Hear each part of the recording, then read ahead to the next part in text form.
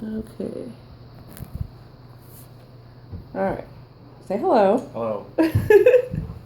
Okay, so you look here. Don't look at me. Is that way? Yeah. Okay. All right. So I have a list of questions. Okay. The first question is from Terry, and she says, "Ask him if he would like to say the things Jamie says to Claire, but don't because you would immediately know, and ask him what made him do his rereads." Okay. She has a lot of questions. So tell me that. Like, would you like to say the things that Jamie says? Not always, no. Some of them are a little on the corny side. Talk about the word. So, but no, not all the time. I mean, some things I do say. I call her Sassenach and everything a lot now. Or in texting, and I can text. I'll text in Scottish. You can text in the Scottish accent. But I can't talk in a Scottish accent. It's true. So I don't try it. She wants to know what made you do your rereads. Like when you finished, why didn't you just stop? Just because I had to have something to do, and I wanted to go ahead and reread through them. So some of it I liked, some of it I just wanted to reread to make sure I understood what was going on. Now she also, this is also from Terry. She wants to know who your favorite character is, and who's your who's your favorite character? What? I don't know. I guess I do like Jamie. I can other than the fact that he's a 1700s, 18th century Scottish warrior or whatever. But I do feel the same way, that Jamie does about Claire, and I can see how the way he feels sometimes about Claire and how he can't always express what he feels. But I understand what Diane is trying to write about, and the way Jamie expresses his feelings for Claire. Well, then that kind of goes on with the other thing she said. She said, who do you think you resemble the most in words or deeds? I would say probably definitely in words with Jamie, just the way I feel and say and things that you can and can't say all the time. When it comes to deeds, about just doing what needs to be done all the time, whether you like it or not. Working a lot, working hard and stuff like that. It just has to be done. So that's what I do. It's not always popular, but Sorry. All right, Diana wants to know, or I'm sorry, Diane. Sorry, Diane. Based on just one read of the series, because you're still in your first reread, which book, it could be in any order, to reread is your favorite or your most memorable scenes? Like, and I know you're only in your second read of DIA, but like what can you think of? Oh my gosh, like there's one scene I really want to go back and reread. I can't wait till I get there. Or have you already read it? I haven't read it. I don't have any real particular favorite scenes. The one I do remember though, and I think it's in Fiery Cross. Don't give any spoilers because everybody wants to watch it. So just I mean, don't give any if it's like a bad if it's a big thing. Don't give any. Oh no, because I want Corey to be able to watch this. Yeah. Okay, how about what's your favorite book then? Since you can't say. My favorite book. I don't know. I would say my favorite book, especially since I like the Revolutionary War history stuff so much. I like, I would say definitely Moby, with the whole, that with Jamie they meet, all these historical figures, and the fact that Dinah does such a good job with, because they are historical fiction. She says all the time that she does a lot of research. It takes her 2 to 3 years to write a book. So she makes sure her research and all is in keeping with what it needs to be. So she doesn't say anything that's out of context or anything. Somebody said, or we were talking also, that he's like Jamie and Claire, like the Forrest Gump of the 1800s. They meet everybody. They're meeting everybody, and yeah. Sherry says, ask him if you could sit down with herself, meaning Diana Gabaldon. Which book would you want to discuss and why?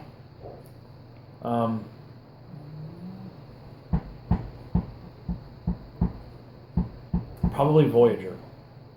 Why? Because of how Voyager starts out in the 1960s, and then we bounce back and forth so much. I mean, actually, sorry, it starts out. I don't want to give away a spoiler, but it starts out with Jamie, and then back and forth between Jamie and Claire, Claire, and then with Claire and Roger and Bree, and I like it, but since I can sometimes be more linear sometimes in the way I see things. The opposite of the way Diana writes. But I can see why she writes the way she's doing. But I would just like to discuss it just about how everything went together. Joyce wants to know what your favorite scene is, but we don't want to give any spoilers, so that I don't want to talk about like your favorite scene. She said wedding is excluded. Haha. I don't know if men like the wedding scene as much as women. No, I like the wedding scene. That was fun. So I especially liked the one where when they came back from collecting the rents and everything, and Jamie knelt before her with the dagger and everything, and swore his fealty to her, yes, as opposed to Dougal and Colin. Yeah, that's why we love Jamie. But I mean, I look at it and think that's, he takes his vows and everything very seriously with her. So she said, Joyce says, if you were the author, would there be anything that you would change? If so, what would it be and why? I don't know. The one scene that you and I were talking about in Fiery Cross about the ghost bear. Yeah, that seems like a whole wasted couple of chapters. But it's not, because if you read through the other books, everything ties together. She does a very good job of tying everything together. So I'm not saying that I wouldn't have it in there, but until you get into the later books, it seems kind of like some wasted time and everything. So there isn't much of anything I think I would do differently. I'm more of a purist kind of a person, like with movies and things like that as well. I wouldn't change it. I do wish that she would have put her foot down in Outlander in the series of the season 1 with the wolves and everything at Wentworth. I really think that should have been. The wolves should have been in there. The wolves should have been in there. That's a major part of who Claire is and the characters. We see that same type of a theme throughout. Well, maybe they'll add it some other way. Carol wants to know, if Jamie lived in the 21st century, what do you think he would be like?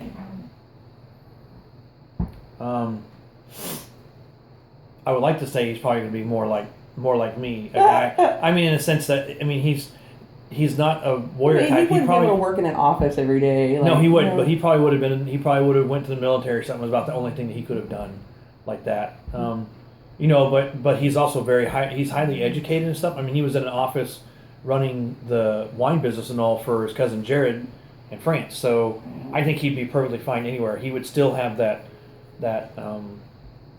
warrior spirit kind of a thing. Cass wants to know what your favorite thing about Jamie is. Like his character. Like, what's your favorite thing about his character? I don't know. I mean, because it's not like a lot of the ladies reading the series or anything, how they just all swoon over him or fawn over him and stuff like that. I think it's mainly just because he's I can't think of the word. His like his loyalty. Yeah, his loyalty and his the fact that he's very sure of himself and of what he's supposed to do, and he doesn't shirk away from his responsibilities. He knows he wasn't born to be Laird of Lollyrock. However, he does it because he knows he's supposed to. Cass wants to know, do you feel like you could be friends with a guy like Jamie? Oh yeah. I mean, that's the kind of person. That's the kind of people. When I look at the people that I am friends with, whether it's at work or anything else, it's those people that are very morally upright and strong, and they know the difference between right from wrong, and don't shy away from what needs to be done. Those are the kind of people that I hang around with all the time. I'm videoing Daddy. Say hi. You're on video. Why? It's for Outlander. I know. At least come roll your eyes on camera so they can see you. Yeah, okay. Cass also wants to know what about the story draws you in. For us, it's the love story. Is that the same thing for you as well? No, I mean, don't get me wrong. It's a big draw just in the sense that I see it, when I read The Scottish Prisoner and knowing more about Jamie, and in reading about Jamie and Lord John and the books talking about what it was like in prison and stuff. I mean, that part of it's not necessarily the draw. It's just I really do like the historical part of it. I like history and everything a lot. So that stuff really draws me into it. And I just like how it's just a story, and it's something that I can just I can forget the other stuff I've got to deal with, and it's something that I enjoy, that I can read, and it's easy to read, and it's not, it's not like trying to read Voltaire or something. Cass also wants to know, do you read other series?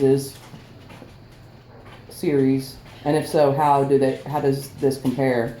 I don't know what other series. They're all kind of different, but if I'm reading something besides like this series, I read a lot of like the historical stuff or the political. I read a lot of nonfiction. I've read several. Being in a Marine and everything, I read all kinds of stuff about Marines and different books and all. Cass wants to know, was it hard to read the end of book 1 and watch episode 16? She said I've heard a lot of wives say that their husbands either watched alone or skipped. So curious what his take was with the Wentworth and Blackjack and the rape and the whole... It wasn't hard for me or anything. I mean, because I know how he was feeling and everything. I mean, so I get it. It wasn't hard. It was something that you could expect was going on, was going to happen. But you watched the series before you read the book. I did. And so you were like you didn't know what was coming. No, I didn't know a little bit because you had said something about it. But at the same time, you could kind of see that that's where it was going. But you can still, I mean, like a lot of guys, that's like makes them very squeamish to see men kissing, like to see, Oh, I didn't. I mean, no, I didn't like that. I don't like to see anything. I don't like to see that at any time. But I mean, it was in the right context. I'm not going to go watch a movie that has a gay love story like that in it, and it's different. This is all, Blackjack is just this not crazy sadistic. Right. Cass wants to know, what is your absolute favorite moment of the whole series? But I don't know if you can say that without. Oh, I'd give spoilers. I mean, I don't have any one particular. I think maybe the very ending of Moby is one of my favorites, but you can just say that because that doesn't really give it a spoiler. Yeah, but I mean, I really like the end of DIA. No. I mean, it's heart wrenching and all. No, I it's can't heart think wrenching, of it. but I do like it because it. I love the very open. I love the opening line of Voyager. Yeah, definitely. I love. There's a lot of different things. It's not any one particular one. But yeah. Michelle wants to know, is there anything that you wish was explored more? And probably that she means by the series to the book. Like you said, the wolves. I think the wolves in the hot series needed to be there. The hot springs is just nice because that's a nice sex scene right there. I would like to have seen. I mean, if she's going to go back and write any more books if the 9th book is the final book that closes out this series, I think there's so much else that she could write. Mm-hmm. I think there's a whole thing with Galis Duncan that needs to be explored about all that going in there. If you read the novellas, Master Raymond and Comte Saint Germain and all that kind of stuff, there's a lot to be going on in there. There's a whole lot of that all really ties together. In fact, if you read through the series and stuff, you start seeing Master Raymond pops up in different ways. Mm-hmm. If you pay attention in DIA, and then you read in the other series, you're like, oh, yeah, hey, that's yeah. And I like the way she has other things go up, but there's some other stuff like the whole thing about how Claire will come into her full power. Nakawanino's grandmother, I think it was his grandmother, told her that she would come into her full power once her hair turns white. I'm hoping that in this last book we actually see that, or it gets explored more. Michelle wants to know also, do you enjoy Jamie and Claire moments as much as we do? Obviously, I mean, I think you do. How do you mean by like moments like when they're teasing each other, or whenever they're together? Yeah, because that's that's like I say, that's the stuff that when I see the way they talk. No, I've never been in prison, but I remember what it was like in boot camp, away from you for those weeks and all. And it was lonely for me. Only thing I got from you, I got some letters from you, but you hardly got any letters from me. And I was the loneliest when I went home for the 10 days and then went back and had to do that. Had to do my combat training and I had to spend this extra 2 weeks and all. I was much lonelier then because then I was getting to talk to you. I got to talk to you, but I didn't get to see you, and the longing and the need and everything was harder then than I think it was through boot camp. So I see that in the little snippets of time where they're together and they're joking with each other. She, how she punches him in the nettle, the whole thing with the nettle bush and everything in DIA and stuff while they're in France and stuff like that. God, I hope they show that this season. Which character, Sherry wants to know, which character do you most relate to and why? Oh, I do. Like I said, I think I probably more relate to Jamie in that respect. I can see relating to Colin to some extent, though. Colin McKenzie, being Laird, he's the McKenzie, the McKenzie clan and everything. So I can see some something to that, being that leader type and everything. I think anybody read any man that reads it would say, "Oh yeah, I think I want to think that I'm like Jamie." And there are parts of Jamie yes and parts of Jamie no. So, I think definitely, as in the later books, when you jump from DIA to Voyager and you do that 20-year jump kind of thing, I think that's when I can start really saying, "Oh, now I understand." All the stuff with Jamie. Corey wants to know, what was it that just grabbed him about the series that made him want to keep going? I mean, I had been telling you forever to read the damn books, and you wouldn't. True, yeah. So what made you just start reading it that one night? Well, because the season had already ended, and I was like, well, I want to know what's going to happen, and I also wanted to know. So because you watched the show, then you were kind of like, yeah, and I was like, well, okay, so you keep bugging me about it, and you went and downloaded it. You bought it for the Kindle.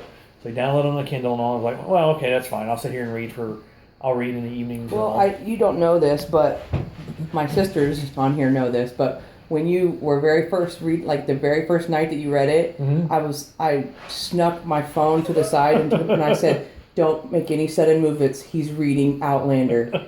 And I posted that and they were like, "Eek, oh my gosh, he's reading it." I was like, I can't. I could swear I thought you did take a picture. I did take a picture of you. I put it up there, and then uh-huh. and then you were reading because you were in bed and your chest was, and everybody was like, "Ooh, nice chest." Ooh. I was like, Lord. Cindy wants to know when we're going to see you in a kilt. Whenever someone wants to send me about $1,200, that's how much it is.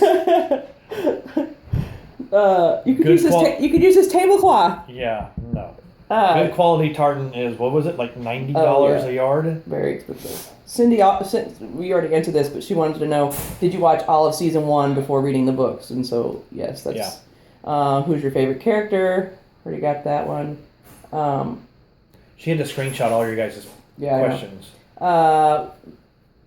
Debbie said, which book is your favorite? Are you going to read the novellas, or have you read them? And yes, you have read them. Mm-hmm. I have not read all the Lord John series.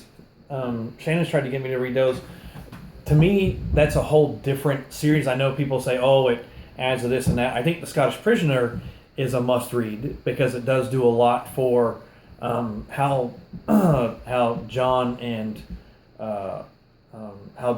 and Jamie get to be such good friends, but also you see, I can't give a spoiler, but you see this whole thing that goes bad between John and Jamie, and then they have to, they more or less have to make amends during The Scottish Prisoner, and so I mean you see these different things go on and stuff in there. So as you're doing your reread, like right now you're on DIA for your second time, are you going to, once you get to a certain point in Voyager, then you can read The Scottish Prisoner, like that's the order that they, are you going to supplement the novellas in between, or are you just going to read all 8 books and I'll then... probably just read all 8 books again and go back through it.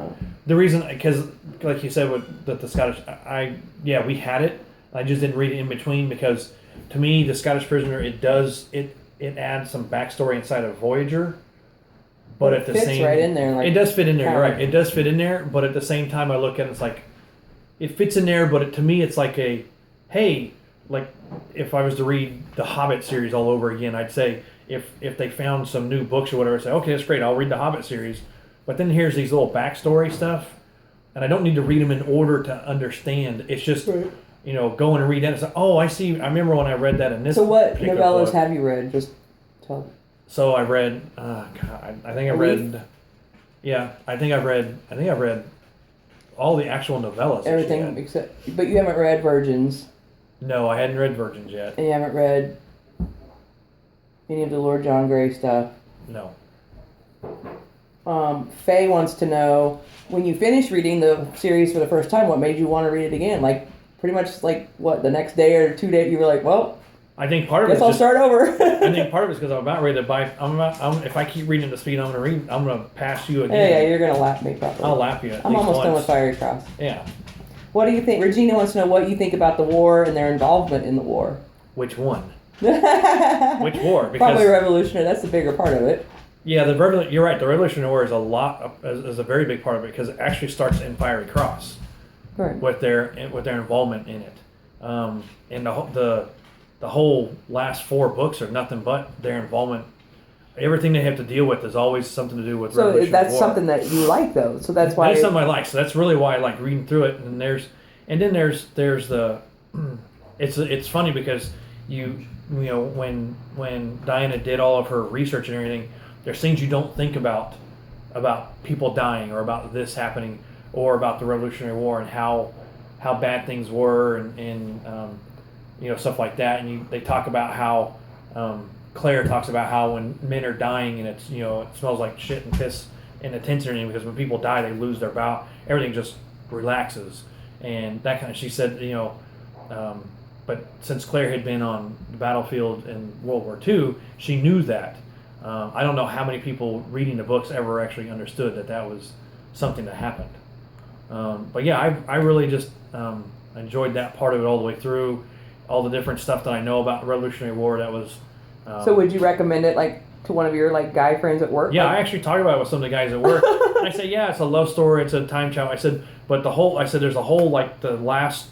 I said, when you get through the first 3 books, I said, then she hits the literally the last 5 books, those 8. I really think that Stars has missed the boat on, and some people have talked about this on Twitter, about their advertising it as more towards women, using the Jamie angle, of course, because Sam is unbelievably beautiful, but they're missing a chance to advertise towards men with the war and the... Well, now, for the in first couple seasons, no, the first couple but, seasons you know, are going to you be could, like that. I mean, it's not like Vikings or anything, but, eventually they could, instead of it being, oh, this is a show my wife showed me, could be the other way around kind of thing.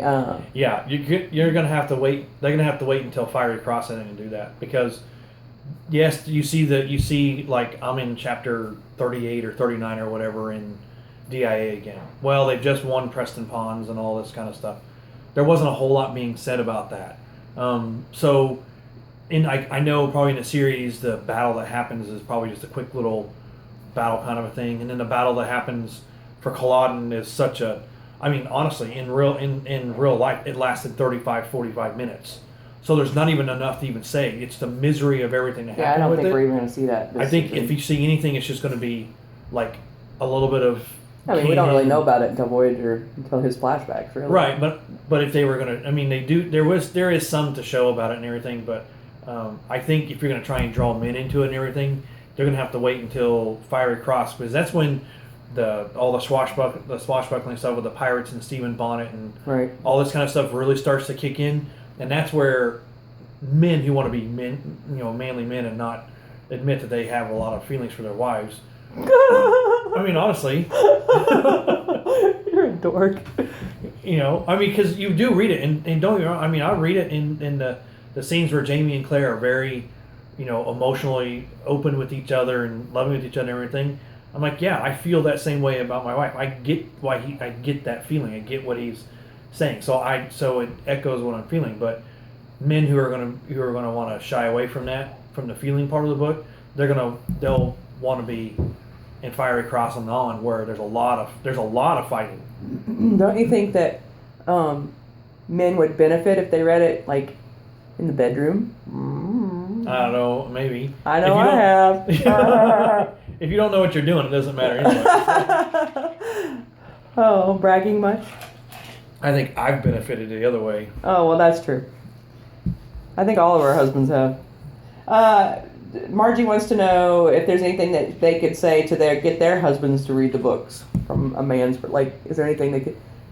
Jason read them. You should. No, I mean, there's, like I said, the first couple of books, it's a lot of relationship building and everything. A lot of Yeah, and then she tears your guts out. yeah. Yeah. So those are hard to kind of get through, but you've got to have those two books under your belt before you do anything else. Yeah, because Voyager would be boring without. Well, Voyager wouldn't be boring because they're all the you stuff wouldn't about understand the whole relationship. The whole fact of Jamie having to go from Jamie and Claire going from Scotland to France, back to Scotland to Okay, don't give away. Too much. all this kind of stuff. To the Caribbean. I mean, it's like, What do you think about you're as excited as everybody else as far as for season 2? What do you think about the fact they haven't announced Roger and Bree yet? Everybody, the whole thing with the one guy that you guys are all Richard Rankin. Hello, my second husband. Maybe, but remember that because I'm pretty strict about the people that they find, Katrina Balfe is a beautiful woman and everything, but she's not what Diana. She's not exactly who Diana envisioned out of the novel, out of the books. She's supposed to be a little shorter than 5'10", and she's supposed to be not exactly voluptuous, but she's supposed to have a fat arse. I mean, that's what Katrina Balfe was skinny. To put that on TV, that would be very difficult because she's got to be able to put so many layers of clothing on. If she already was somebody that had a curvier figure, and you add all these clothes, I mean, she would look humongous. She'd look huge, yeah. So they did a very good. They did a very good job. They had to get of somebody skinny in order to make her look a little bit more voluminous with all the clothing or whatever. Right. Yeah. I'm going to be now, but when they talk about Roger and Bree, Bree is supposed to be, almost Amazonian in the sense that she's supposed to be 6 foot tall, very beautiful woman, gorgeous red hair, long red hair and everything. She's supposed to have big boobs, a big butt like her mom. I mean, when but they they're not going to describe be able her, to find that perfect. I mean, no, they aren't going to be able to find her. But as beautiful as Sam Heughan is, he's not. I mean, he's pretty perfect as far as Jamie, yes. but I mean, he's not. When I think of Jamie, after seeing the series, season 1 and stuff, I can say they did a very good job of finding the right kind of person. Oh yeah. For Jamie, but Katrina, they were as close as you probably could get with an actress because they're not gonna cast the right. What we're kind of all presuming as far as I don't think we're going to see. I think we're only going to see. The reason they haven't bothered even announcing Roger and Bree is because I think we're not going to see them until the very last episode of season 2, and it's just going to be a short little snippet to set up for Voyager. Yeah, because they're not really going to be in it. You would totally throw people off if they've not read the books. Right? They'd be like, "Who are these people?" Yeah, you would throw them off if you started out season 2 DIA. Oh yeah, you the can't way the book shows out because people will be like, "Huh?" Right. They wouldn't know what's going on. They're filming the last 2 episodes, so it's got to be pretty soon that they announce. Yeah. And Diana just we filmed. may not even see them this season either. We may not see them. No, because they put out the casting call. Well, yeah, but... And Richard Rankin's been in LA forever. Because he's auditioning, I'm sure, Brianna's, and he's trying to find the right one. Right, Sarah? Sarah's my shipper for Richard. Anyway, I don't have anything else. I don't have any more questions for them. I mean, you and I can talk about it forever, because we pretty much do. Uh-huh. So, what do you feel about being a honorary Sassenach sister? Are you excited about that? Excited? I don't know, but but I do read over her shoulder a lot, anyways. Debbie said that you should that you should join up, and I said, no way. I don't want him seeing everything that we talk about in here. But now you're friends with Corey, so at least you can see some of the stuff, videos and wow, she posts a lot on Facebook. Yeah, that's she's on Facebook a lot. Well, yeah. I know, that's why I have so much to look at before I go to bed. That's why I can't get any reading done. Mm-hmm. Yeah. If you want to read through the books, stop spending so much time on Facebook and Twitter and Instagram and everything else you guys are doing. But that's where all the good stuff is. Yeah. All right, well, I guess that's it. All right. So you grow, show him how long your hair is. He's trying to grow his hair out. He's trying to grow his hair out. I don't know if it'll ever get that long, but who knows? We'll see. All right. Bye.